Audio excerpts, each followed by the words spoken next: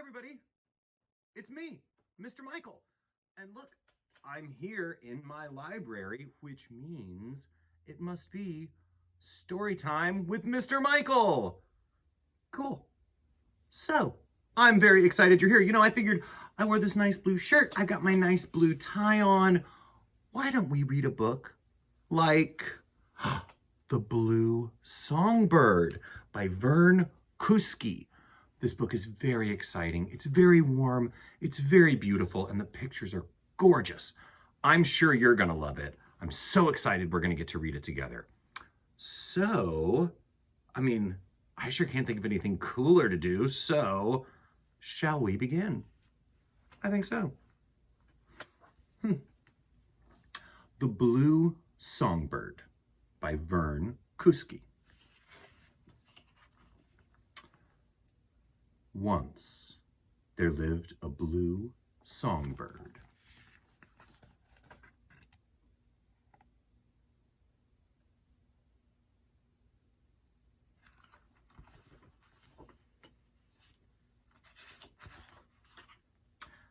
Every morning she would wake up, hop to the edge of a high branch, and listen to her sister's lovely songs.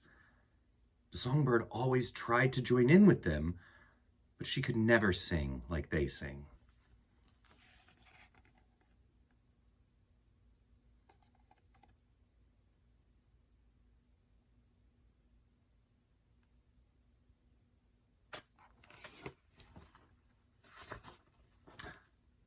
"I'm not like my older sisters," said the songbird to her mother. "It seems there are no songs for me." "My dearest one," replied her mother, "not just any notes will do. You must go and find a special song that only you can sing."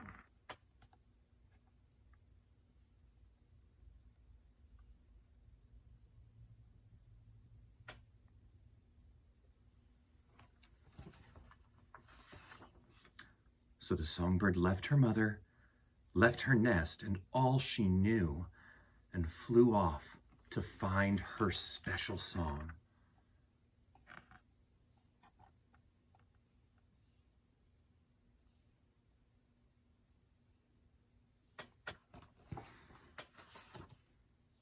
When she reached a far-off land, she saw a giant bird, unlike any she'd ever seen before. The songbird landed and began to chirp. "Excuse me, Mr. Long-necked Bird, in your travels, have you heard of a very special thing? A song that only I can sing?"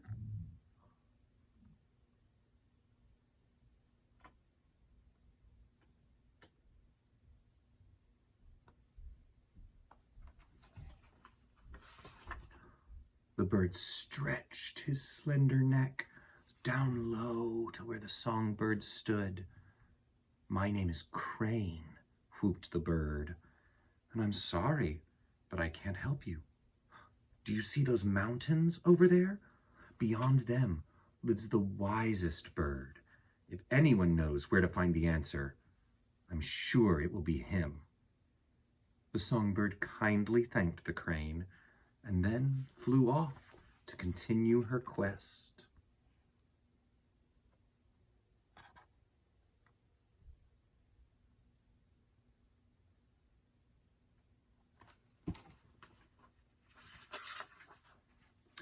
She soared over the mountain peaks and dove down into a deep valley until she reached a dark pine forest.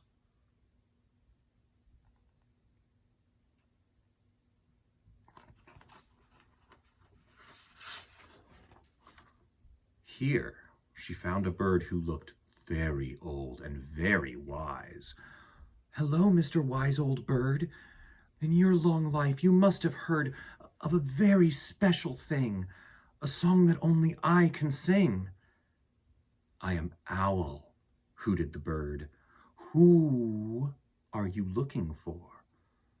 "No, not who," answered the songbird. "I'm searching for a song." But the owl only cocked his head. "Who? Who?" This must not be the wise bird after all, thought the songbird. Still, she thanked him kindly, then flew off once more to continue her quest.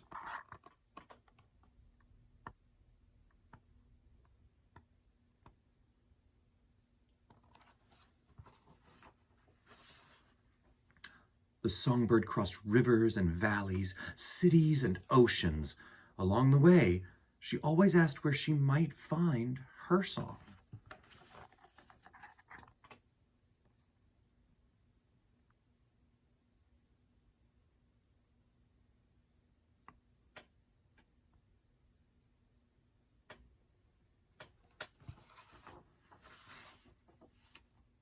But no bird ever had the answer.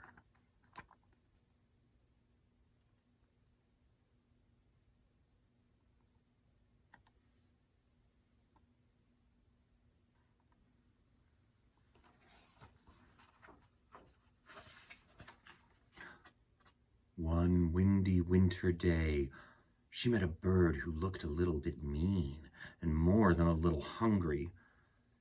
Even so, the songbird bravely chirped, "Please don't eat me, Mr. Scary Bird. I've just wondered if you've ever heard of a very special thing, a song that only I can sing."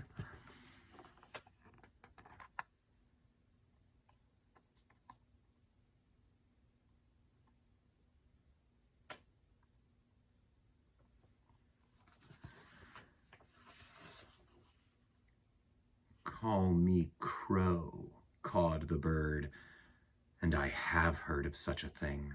Across the sea there is an island, golden as the sun and filled with the most enchanting music.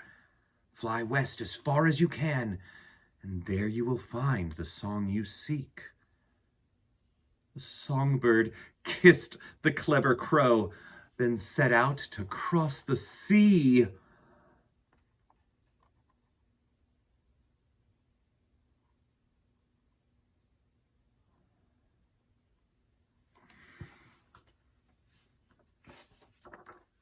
She flew through storm and wind, through night and day, until she was more tired than she had ever been. But the songbird did not rest, for she knew that soon she'd find her special song. Then she saw the island glowing like a jewel on the horizon. In the distance, she could hear the sound of beautiful music. "At last! I've made it!" laughed the songbird, and suddenly her wings felt strong again. She swooped down faster and faster, following the sound until she found that after all this time,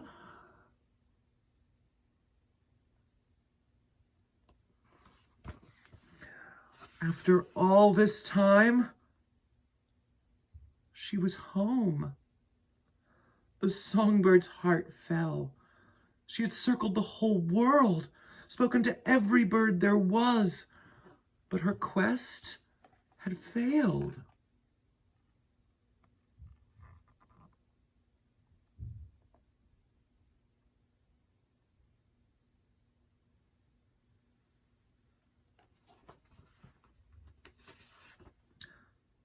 Then she saw her mother, and all her disappointment disappeared. She had so many stories to tell, but when the songbird opened her beak to tell them, what came out was not words after all.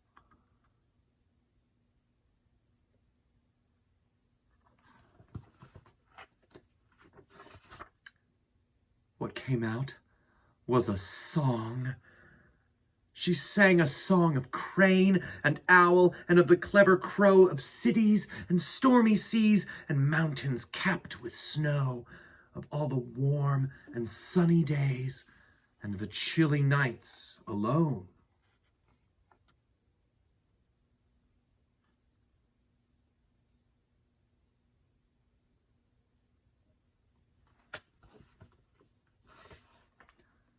And of the love that the songbird felt for her family and her home.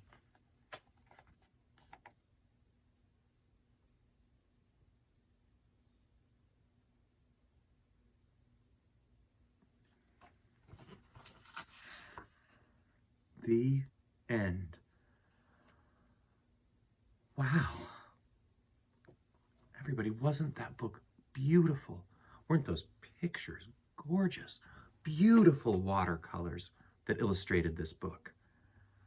One thing I love about this book is that it goes to show us that every single one of us has a song in our heart that's already there.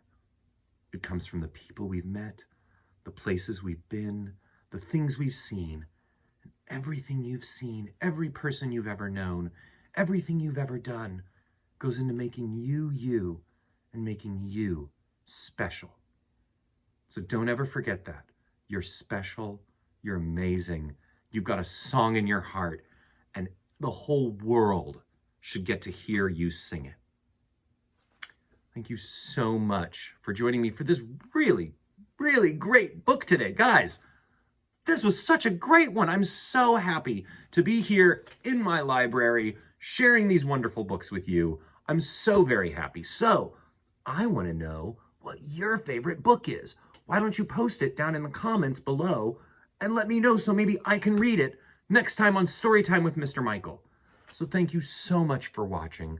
Stay smart, stay safe, and stay curious. And I'll see you next time on Storytime with Mr. Michael.